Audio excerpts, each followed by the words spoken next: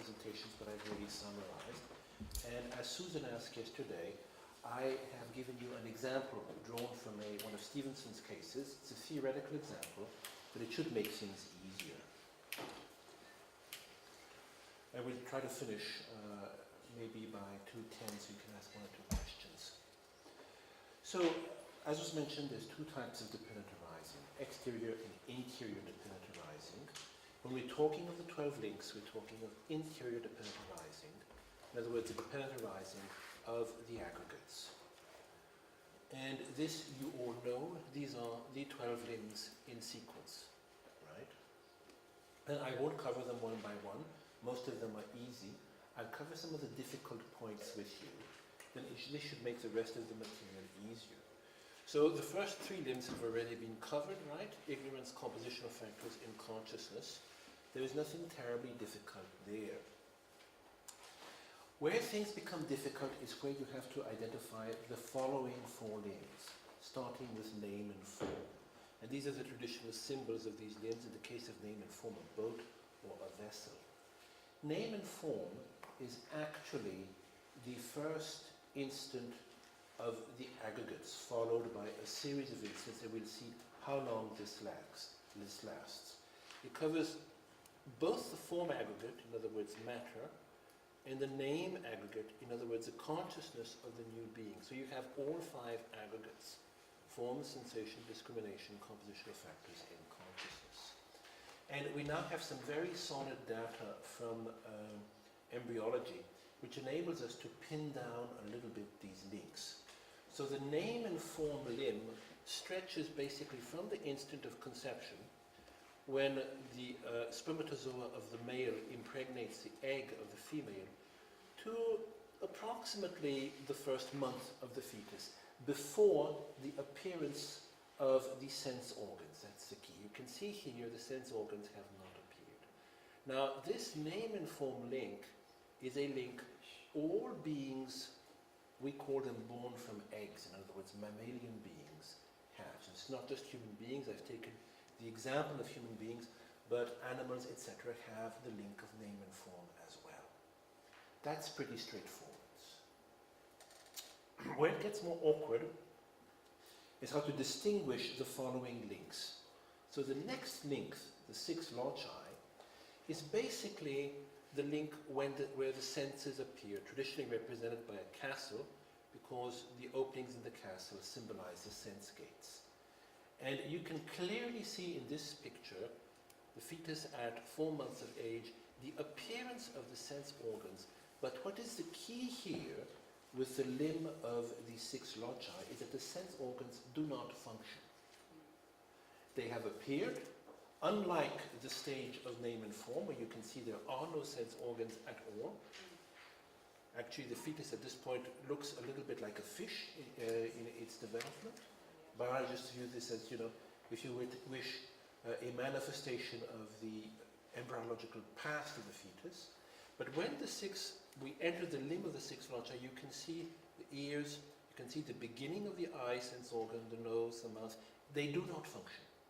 There is no sensory experience, but the sense organs have appeared. This is around 4 months. And it is quite striking that Jetsongapa, in his Lamrim Chemo, makes this quite explicit. When the limb of name and form has appeared, one has a physical nature, in other words, from conception to the 4th month. Whereas when the 6 loci is established, the enjoyer is established. The potential for enjoying sense experience is there. The capacity is not. And you can see the difference very clearly here. This is a limb of name and form. This is a limb of the 6 loci.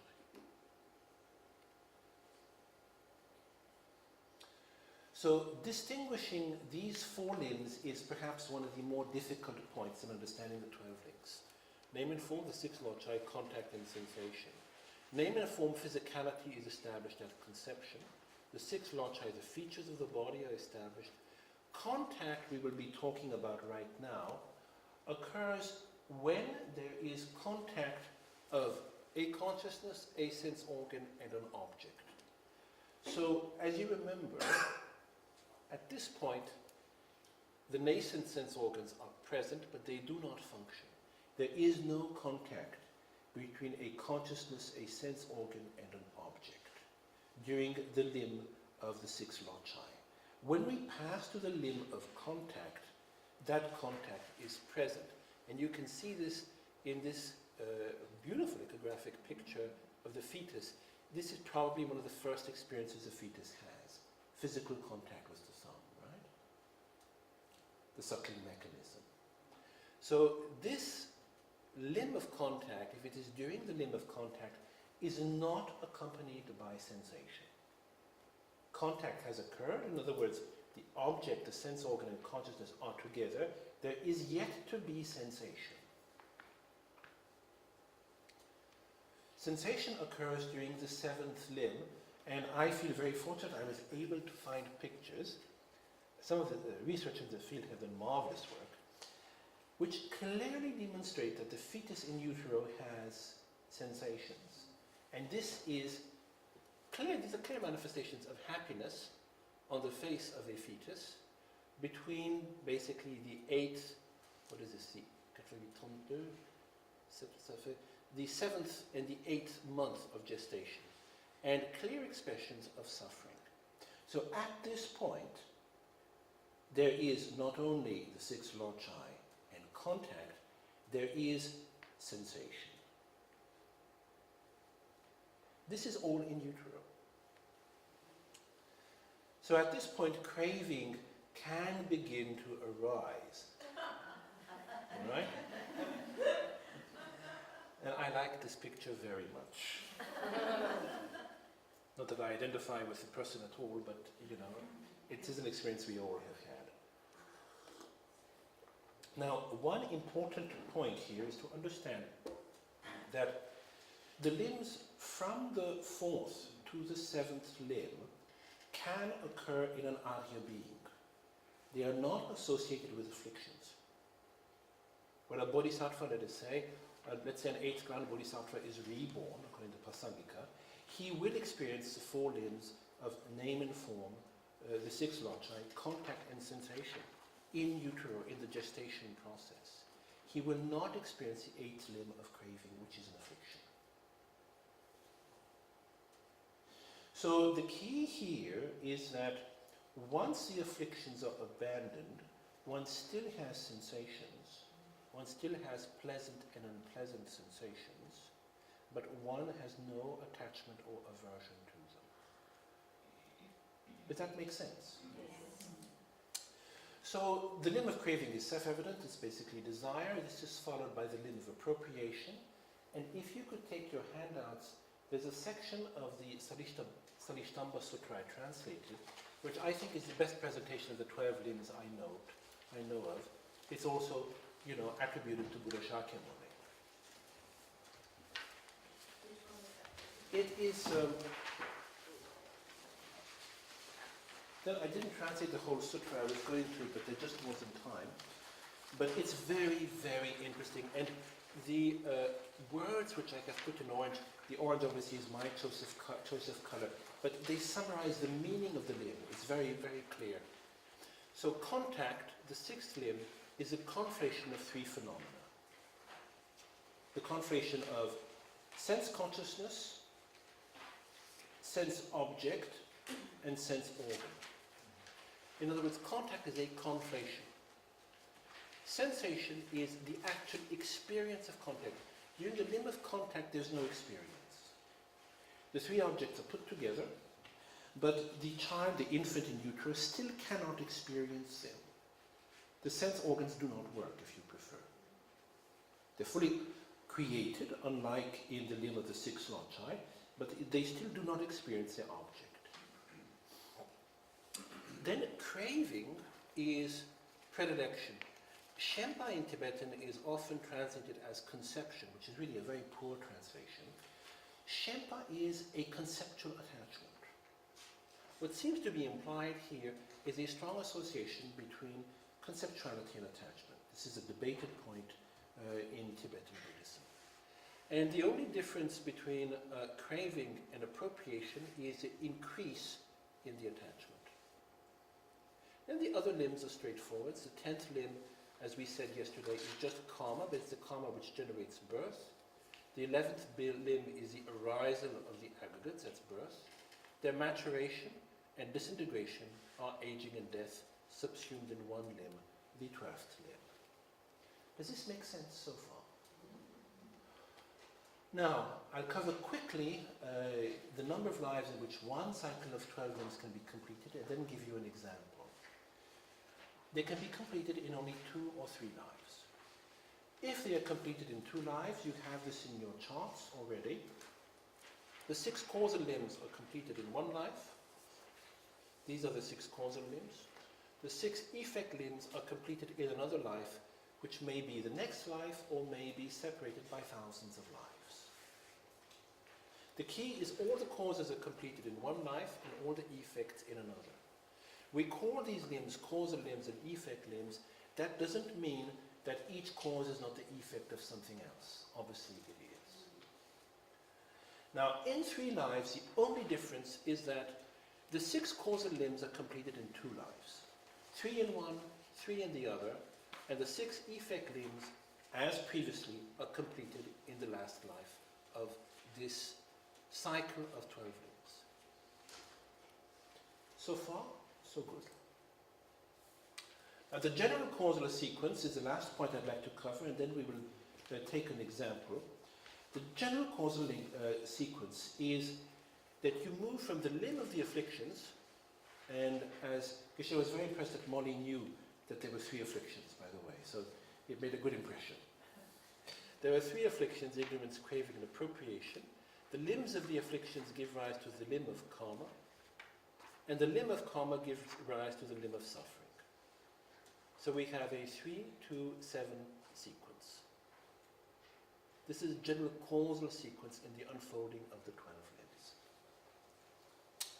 Now, let us take one of Stevenson's cases, one of the most interesting cases.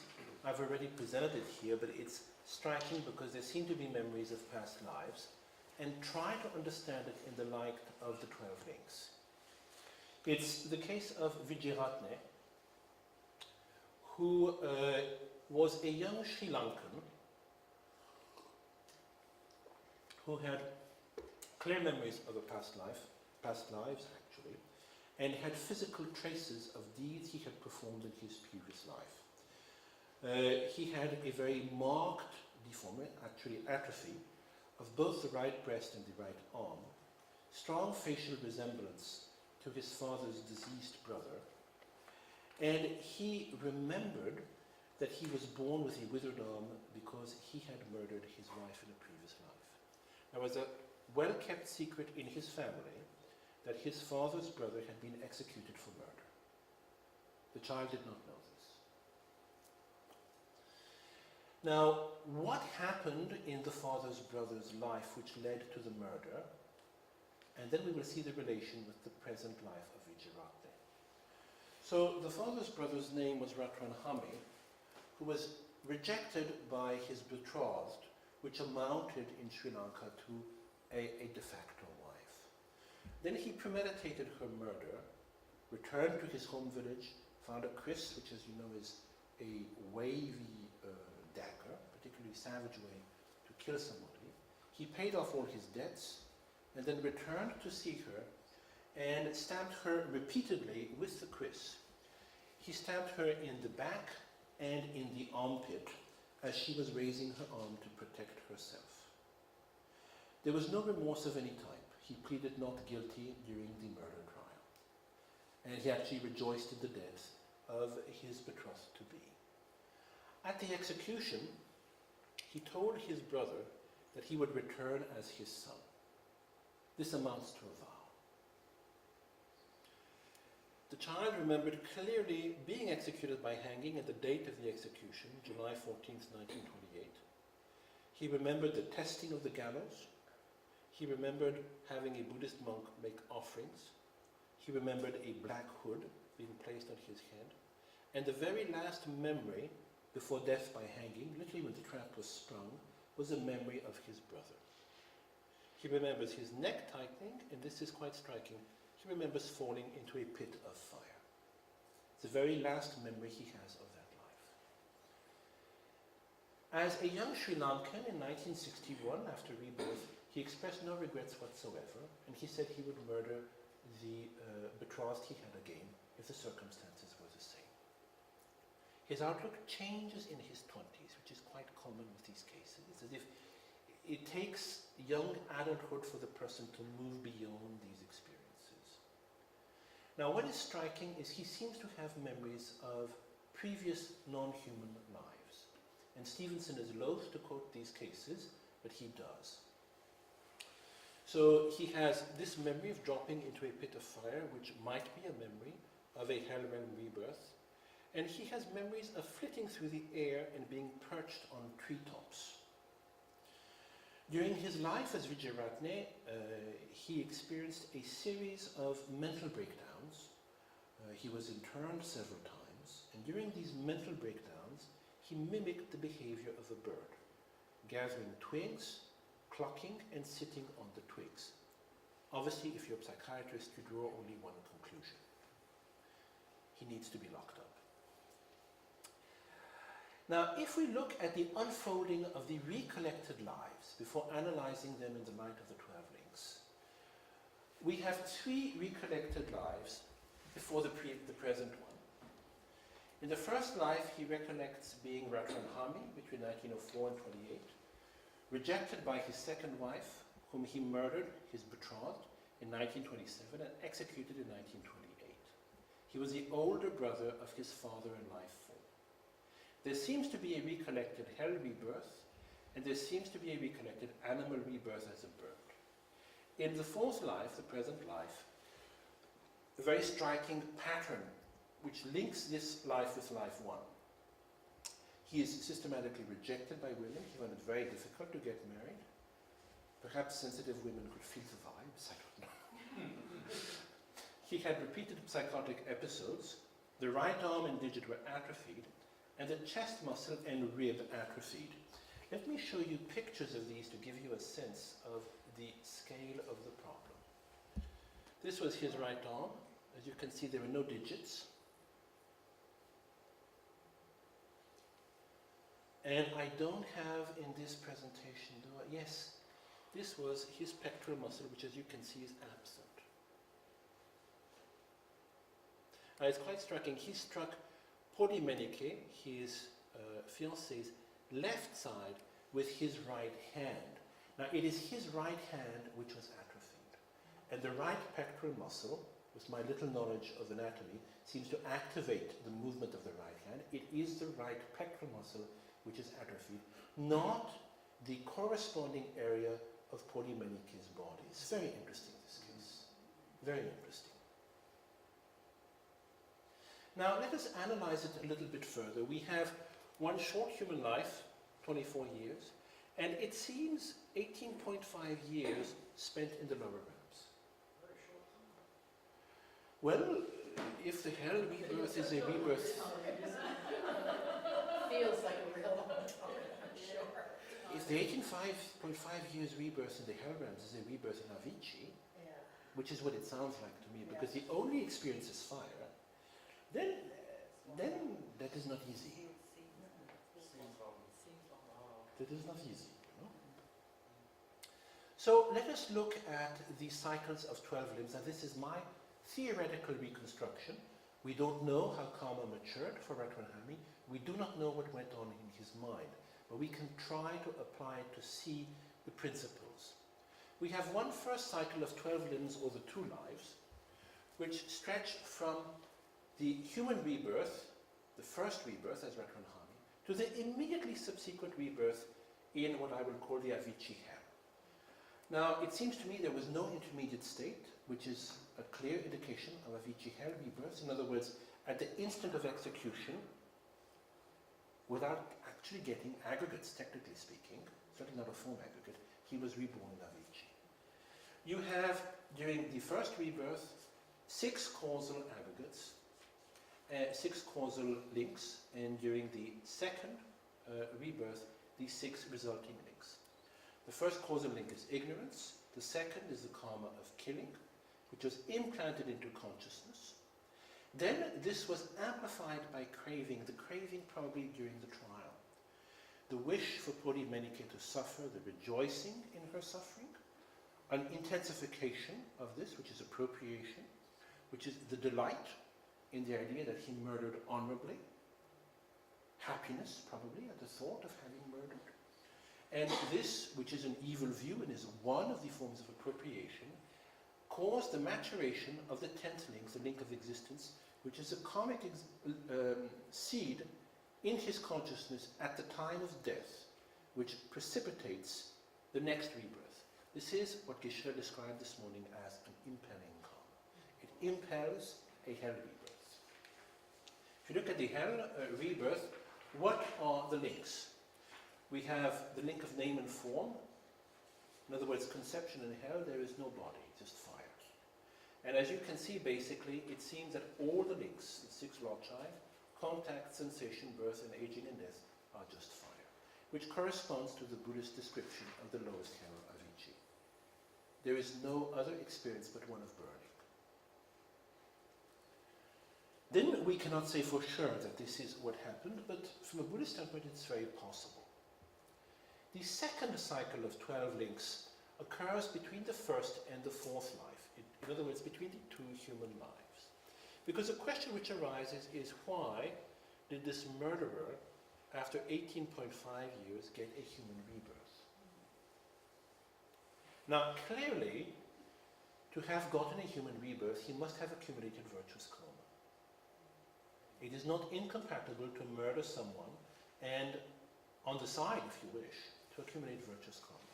We accumulate all sorts of karmas all the time. So if we look at the second cycle, again, these are 2 groups of 6 links. The first link is ignorance. I think the second link was the promise to his brother to return as his son, which was a link of karma, a pledge. A pledge at the time of death is particularly powerful, as we have seen in Stevenson's cases, which was implanted into his consciousness. The craving was probably the craving to comfort his brother during his execution. The worry for his brother. And the appropriation was probably the desire to see again his brother, which intensified that wish to comfort him. Then, as a result, we have the limb of existence, a powerful impending karma to be reborn as a human being, because this is a form of compassion, and to be reborn as his brother's son. Now, if we look at the next life, 4 lives or 3 lives down the line, the link of name and form, and I'll skip this, is the embryo of Vijayaratne from the instant of conception up to the first month. There are no sense organs. The link of the 6 loci is from the first month through to the 4th month as these sense organs develop but are not operative.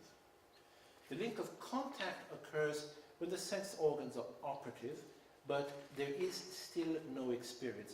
This could be due to lack of neurological development. This is something I am not aware of. I have not investigated. And the link of sensation occurs when the first sensations, pleasant and unpleasant, are experienced.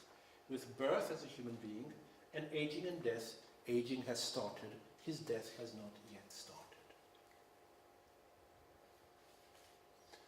Now, Vijayaratne was fully aware of the karmic causes of his malformation. And later on in life, he seems to have repented from this deed. And to say that he moved on is a bit of an overstatement. He suffered from mental disturbances all his life, was not able to settle down, suffered of low self-esteem, but he did try to overcome the anger which was within him, which caused him to murder his betrothed. So this is the understanding of the 12 links in all of the Buddhist schools of tenets. And this is why, as I mentioned to Natalie yesterday, Nagarjuna, in stanza 59 of Bodhicitta Vivarana, says, I do not accept sentient beings other than this wheel of the 12 limbs revolving on the path of existence. In other words, I do not accept the existence of an Atman or a soul within sentient beings, which is the experiencer of karma and the accumulator of karma. It is only this cycle of the 12 limbs. And that's what I wanted to cover with you during the question and answer session. So we have 20 minutes. Then I'd be delighted to take your questions. Please. In there, it's approaching the question from a practical rather than technical point of view. In the picture of the fetus with the thumb, for example, or even the picture of the early fetus, is the skin not a sense organ? I understand theoretically in the... So why would it... I can't answer your question at that level of development of the fetus. You'd have to speak to an embryologist. I mean, the question is not the skin, but the nerve endings. Are the nerve endings complete? Are they incomplete? Like the same thing with the distinction between the 6 loci, contact and sensation. You have the completion of the sense organs, then you have the completion of the nerve endings. Then you actually need for sensory experience, let's say in the case of sight, that the primary visual cortex be completed, which is something else again. What we do get a sense of from these pictures, I think it's only a beginning, is just how accurate the depiction of the 12 links is and how helpful it might be for us. Well, excuse me, Richard was asking actually before, yes. This is Stevenson's example that you've shown. Stevenson's case, I have basically analysed it. Yes. And you analysed it from the point of view of impelling non-virtuous karma, the act of killing, resulting in the hell realm, and an act of virtuous karma in the same life, resulting 18 and a half years later in rebirth as a human. Precisely. In the way you described. So does Stevenson give any other kinds of examples where there is impelling non-virtuous karma and virtuous karma in the same life, resulting in a next life or a future life where there's where there is the negative karmic consequences, and then the rebirth as a human in a similar way? Are there other examples of that? Well, the thing to keep in mind is all of the karmic analysis is mine. Yeah. So Stevenson does not mention this at all. Stevenson gives these events, then he sees a clear connection. In my case, I have asked myself, how do we analyze this karmically? Does this bolster or does this weaken the Buddhist case? I think a couple of these cases bolster the Buddhist position very strongly. There's another Sri Lankan case I have not presented here, which is very similar to this one. It's a case of a young Sri Lankan boy who remembered at least 4 previous lives, of which 2 were non-human as animals. The first previous life he remembered was as a dental technician, and there was enough data to identify the area he lived in, but this was almost a century ago. This dental technician had a fondness for hunting, and the young boy remembers another life. What is striking is not so much what he remembers as what he doesn't remember. He doesn't remember anything almost. He remembers being small, furry, running, a big sound, and collapsing dead.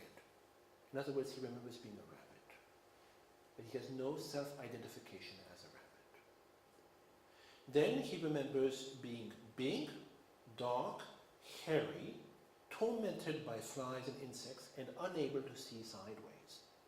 And Stevenson himself suggests this might be a putative memory as a horse drawing a carriage, of which there were many in Sri Lanka.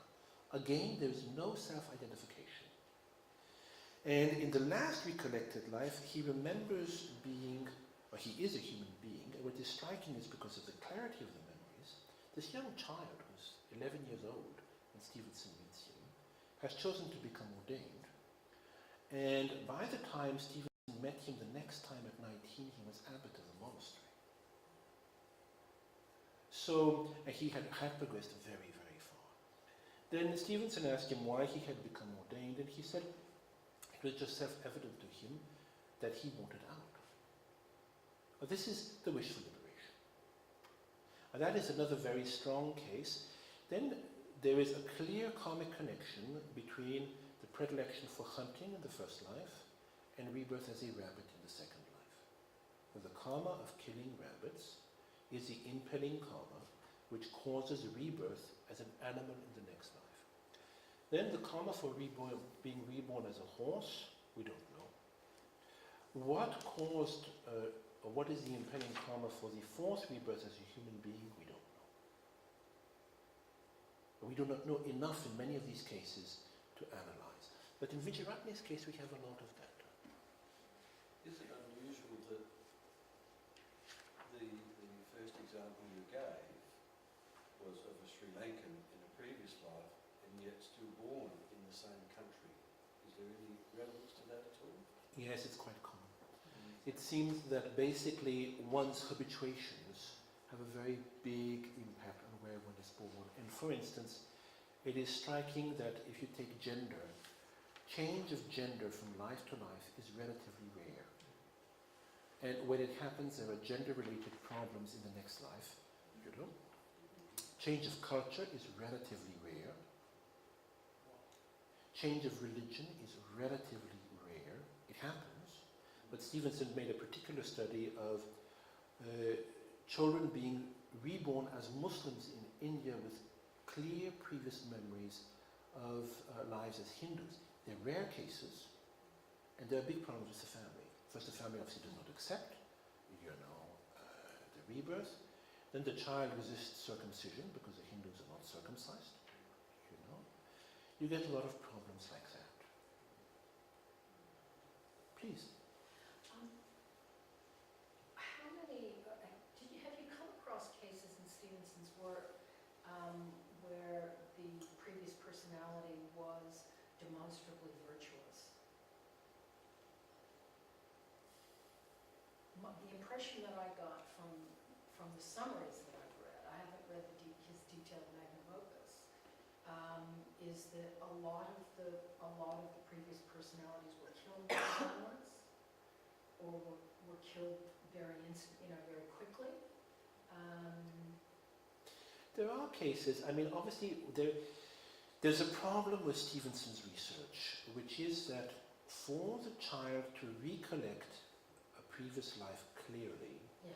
Stevenson's data shows that violent death is almost necessary. In 70% of the cases, if the child recollects a previous life, the death in the previous life was violent. Not necessarily by crime, but a car accident or something like that. So it's almost as if they were living forward, something stopped and they sort of kept going. Exactly. So there is, from a Buddhist standpoint, the disintegration of the various levels of consciousnesses has been short-circuited, the dissolutions as we call them. And then the memories pass into the next life. Then there are many virtuous people. Obviously we don't know what everyone has done, right?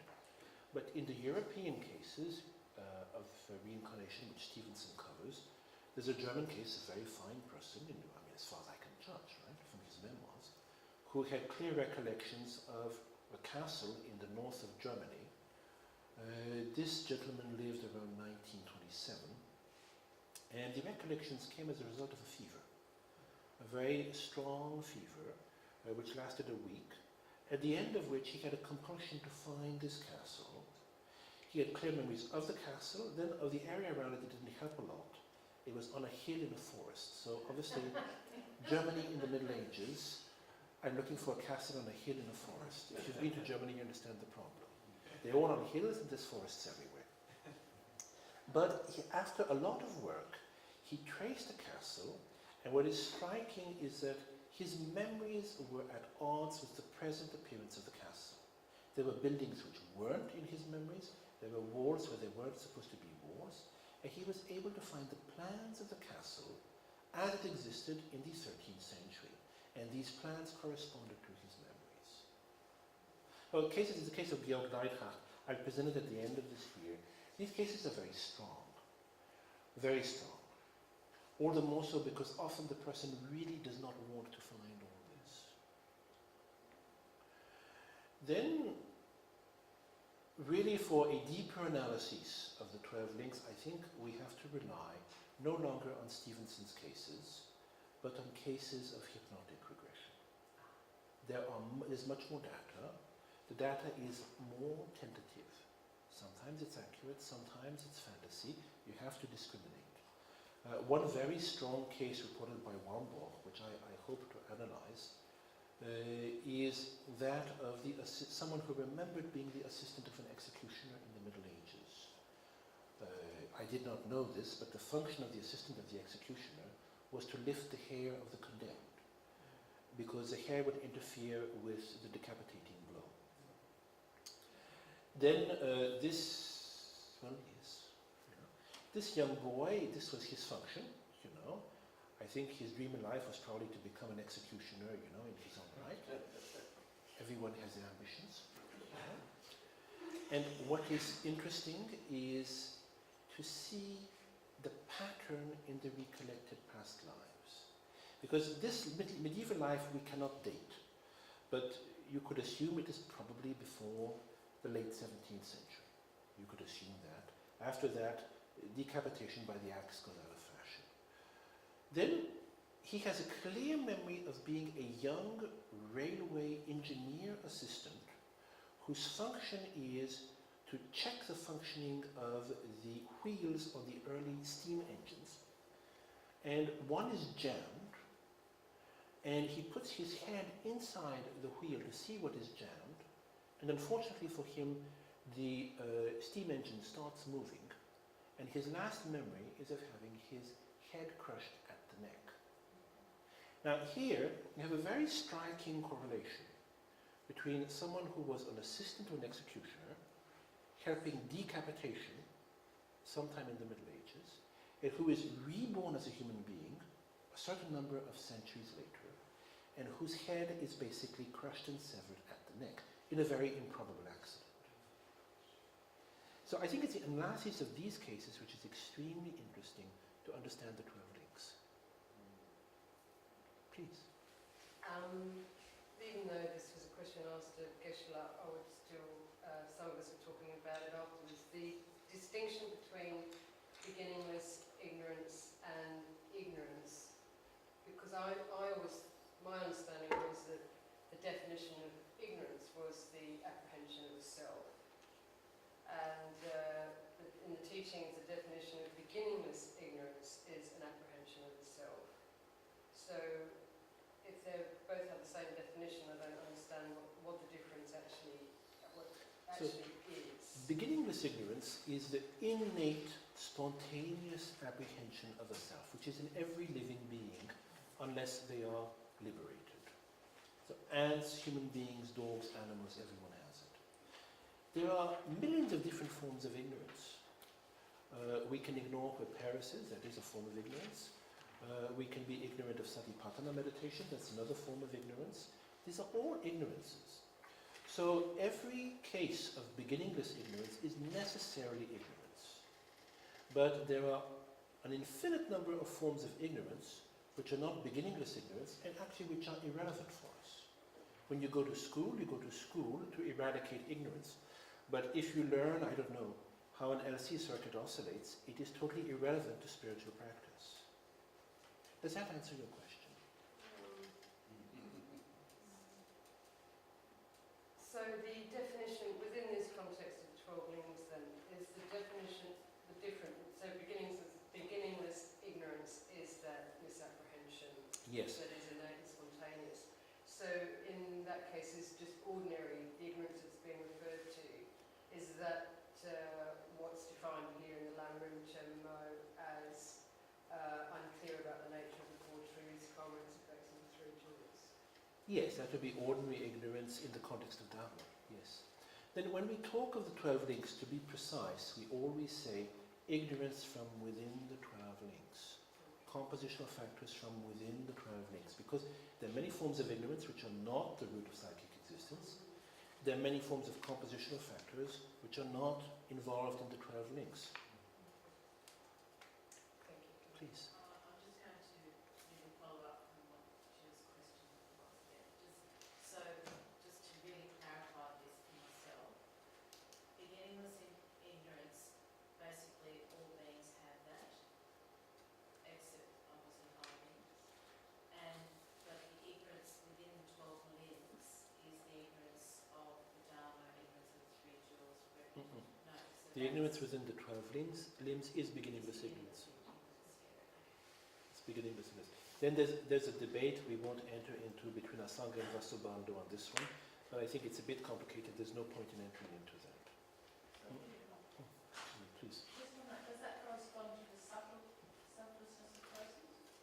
Beginningless ignorance? No, beginningless ignorance is not a selflessness of persons. The selflessness of persons is a way to counter beginningless ignorance. Yes. Manasukapa, in identifying the karma that you accumulate, makes a distinction between karma that is intention and karma that is the intended action. I think we've been over this ground a few times, but in terms of the karmic effects of this mental karma, which is not the intended, which is not the intended action, the karma of intention, because the act, the deed is not performed. Intended deed is not performed. Well, basically, if the deed is not performed, the karma is said to be uncertain. What is meant by uncertain karma is that it does not necessarily mature. Elements are missing. Normally, it does not mature, but we cannot say too much. If the 4 elements of a karmic deed are present, then the deed is definite. It will mature unless it is purified. In what sense then is it karma that is intention? In what sense is it karma if it has no necessary karmic consequences? Well, karma does not have necessary karmic consequences. For instance, upon the attainment of Aryahood, as Geshe-la explained this morning, the Arya's mind remains filled with non-virtuous karma, which is never going to give rise to consequences. So,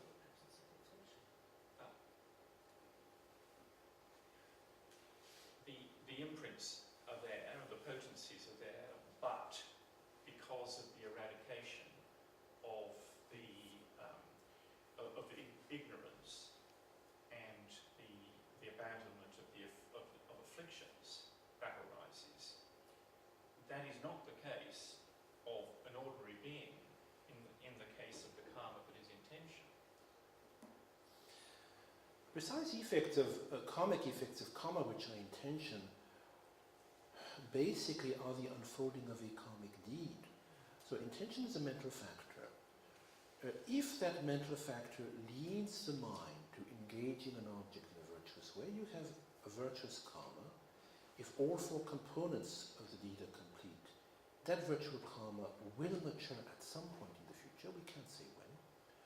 If any of the 4 components is missing, that virtuous karma is incomplete. Now, that intention by itself may not, for instance, give rise to impelling karma, but it will still affect the mind stream. If you have a steady stream of hostile intentions towards someone else, without ever putting them in action, then this is not morally neutral. One's mind is changed by this. Eventually, very probably, one will engage in an unvirtuous deed. Then I must apologize, but it's 2:15. So I'll take Molly's question, the first question tomorrow with your permission. Okay, it was about execution. I'll have to write it down. Well, I'm sorry for these dark examples, but unfortunately, people who go for hypnotic reconnection have difficulties.